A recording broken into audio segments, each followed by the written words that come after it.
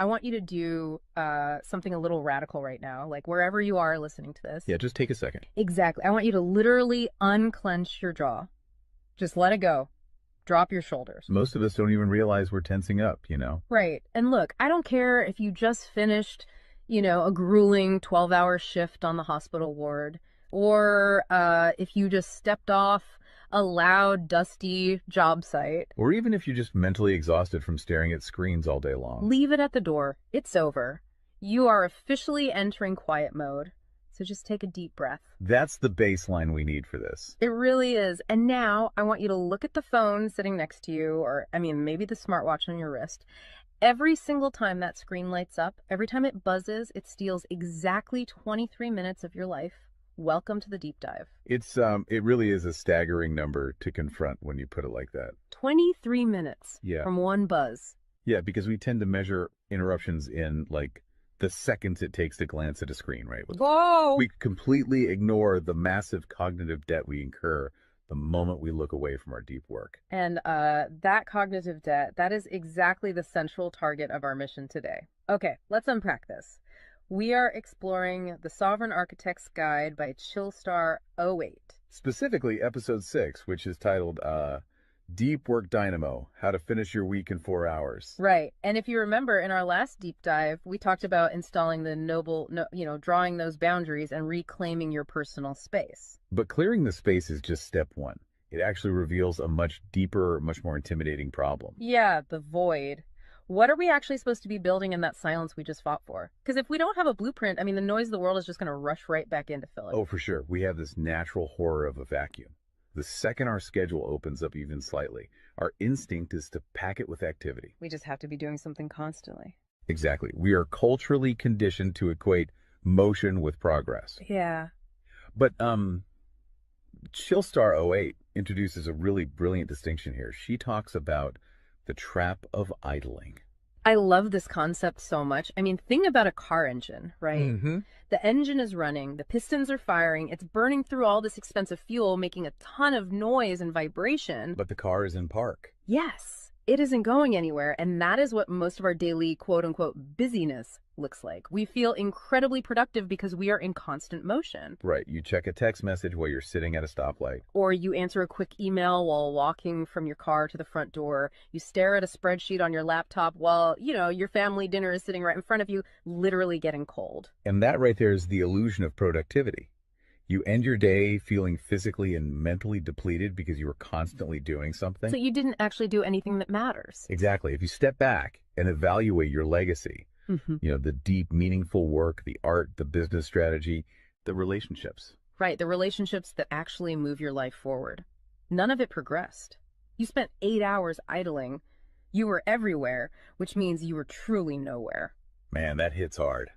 And this brings us back to that terrifying 23-minute statistic from the research she cites. I don't want to just gloss over this. No, we definitely shouldn't. Because understanding the mechanism behind it is crucial. Why does a 5-second distraction cost us almost half an hour?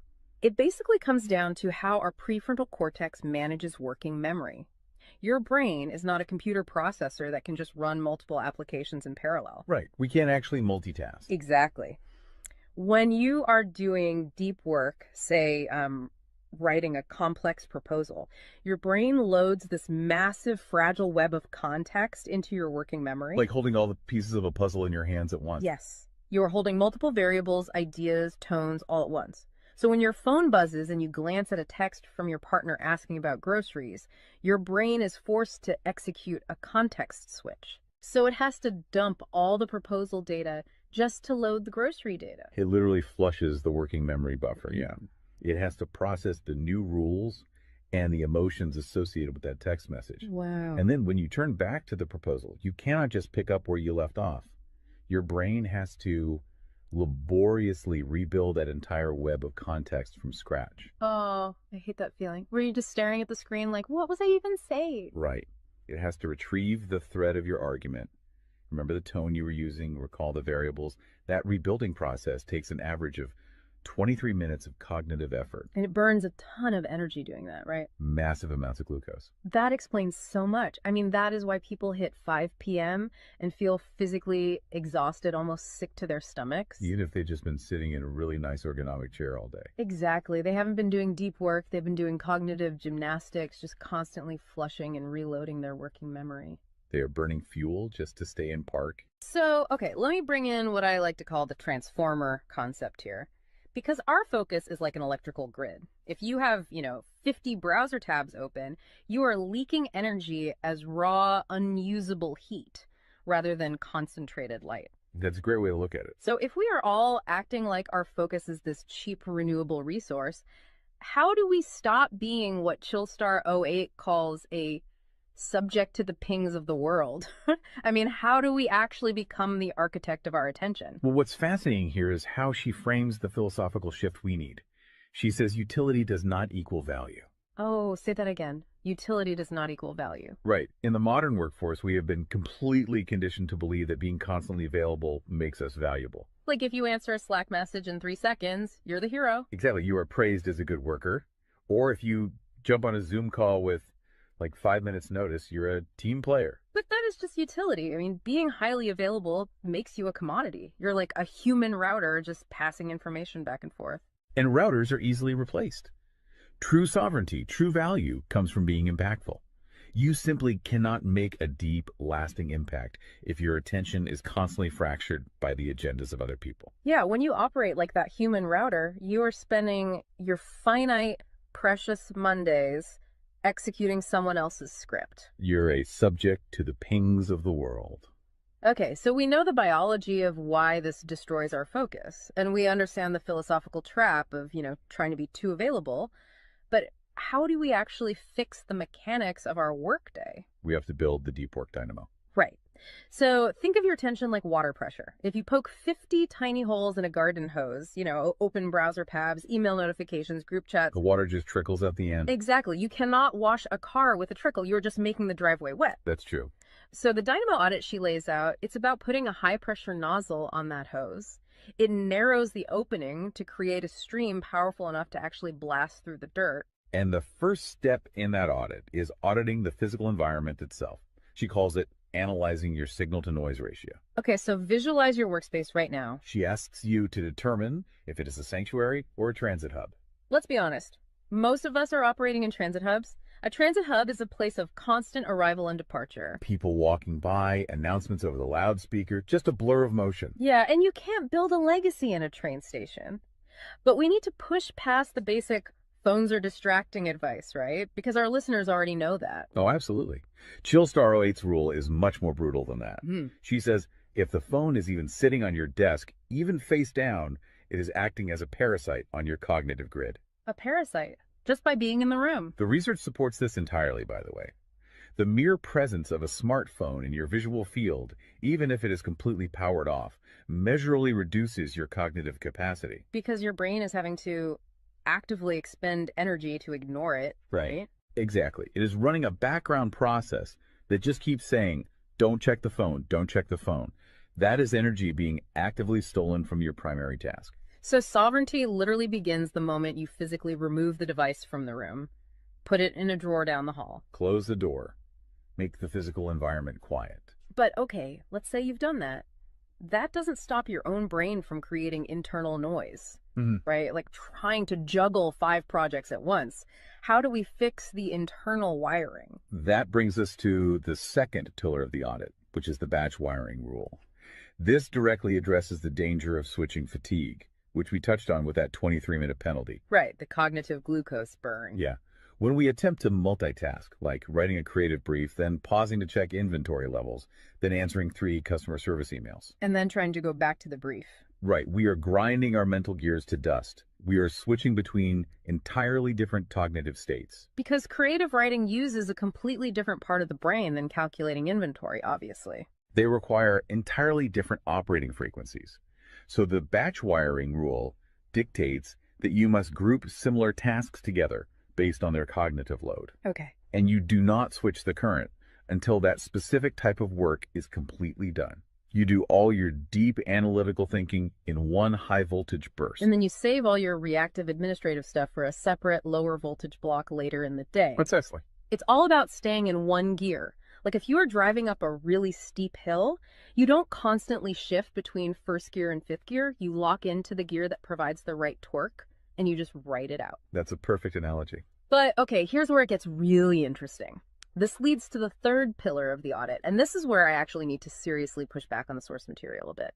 She calls this the zero access window. Ah, yes. This is usually where the resistance starts for people.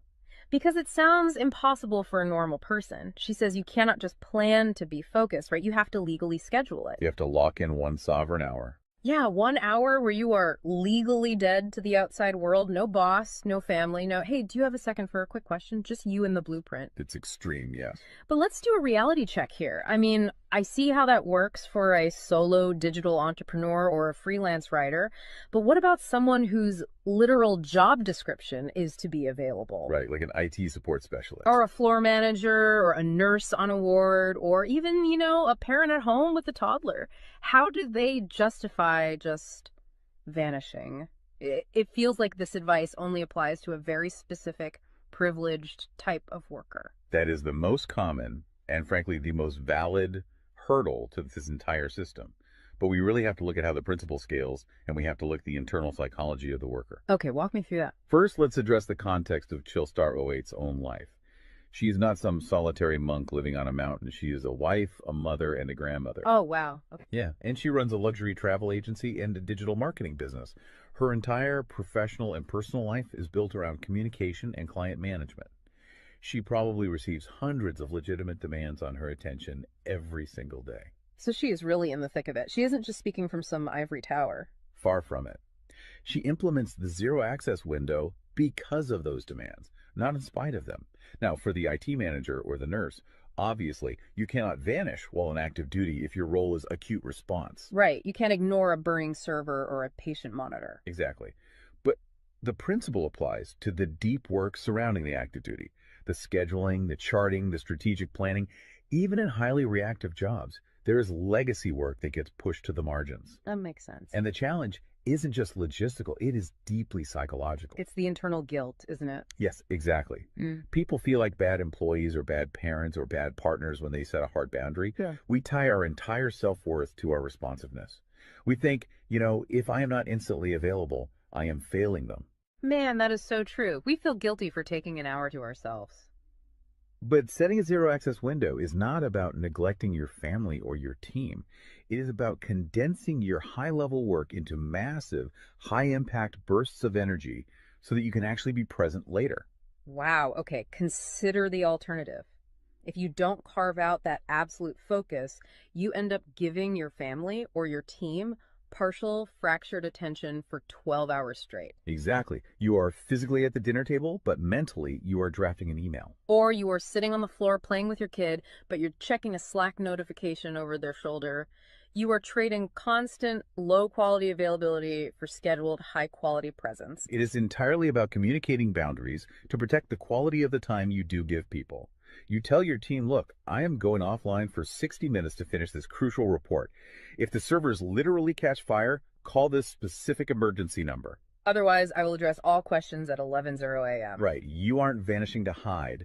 You are vanishing to get the work done efficiently so you can actually live your life. Which brings us to the ultimate why behind this entire system. Because once you fight through that guilt, once you build this 4-hour fortress, you have to know what it is all for. It's not just about becoming a hyper-efficient robot. No, because if you use these tools just to do more of your boss's busy work or to take on 3 more stressful projects, you have entirely missed the point. You are just speeding up the treadmill. If we connect this to the bigger picture, the destination we are driving toward is a concept she calls passive magnetism. Okay, break down passive magnetism for us, because it sounds a bit abstract. Think of it as the gravity your work generates when it is undeniably good. Most people operate with active desperation. They're loudly networking, constantly posting, aggressively chasing clients or promotions. Just relying on sheer volume to get noticed. Right. Passive magnetism is the exact opposite. It is the ability to attract results, clients, wealth, legacy, or respect through the undeniable quality of your deep work. Because you actually took the time to build something substantial rather than just talking about building it. Yes, when you engage the deep work dynamo, you produce work so concentrated and so valuable that it acts as a magnet. You don't have to chase the market comes to you.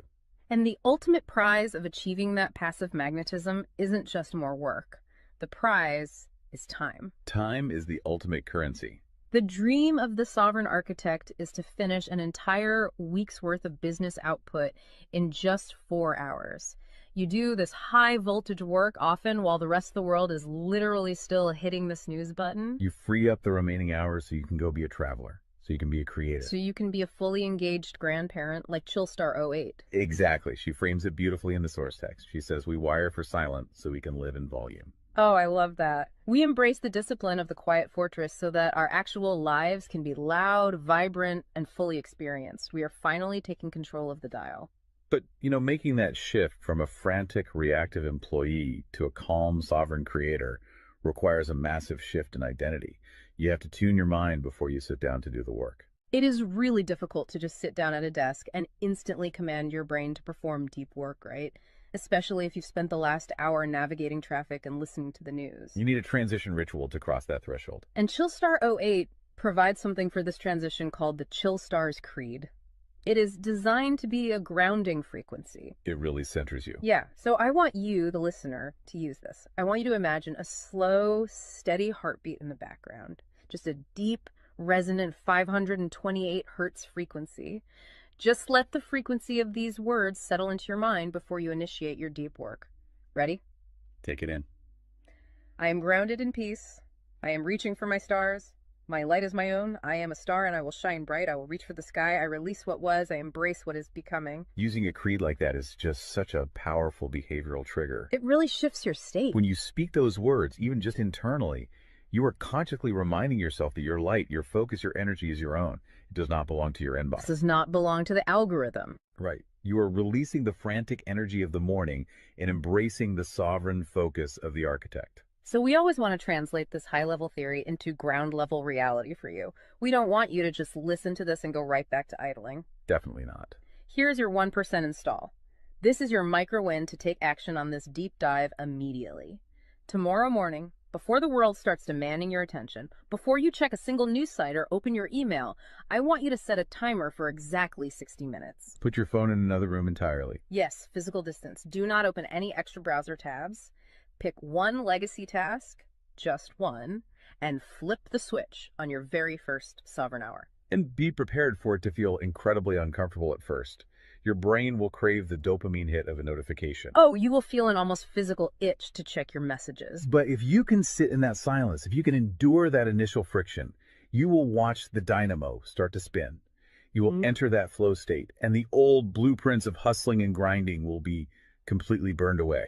And look, if you want the actual templates to automate this piece, the specific tools and step-by-step guides to build the system out completely and protect your location-independent freedom, you can join the Sovereign Fortress on the Chillstar 08 school community. All the blueprints are there waiting for you. They really are. As we wrap up this deep dive, I want to leave you with one final thought to explore on your own. We have spent this entire session talking about the mechanics of work. We've talked about condensing your week's output into just 4 hours of pure, undistracted focus. But if you actually achieve that, you're going to be faced with a beautiful, kind of terrifying question. What's that? Who are you going to become in the remaining 164 hours of your week? What if your true legacy has absolutely nothing to do with what you produce while you are busy, but entirely to do with who you are when you are finally completely silent? Wow. Unclench that jaw. Drop those shoulders. Step into the quiet. Go be great and flip the switch. We'll see you on the next deep dive.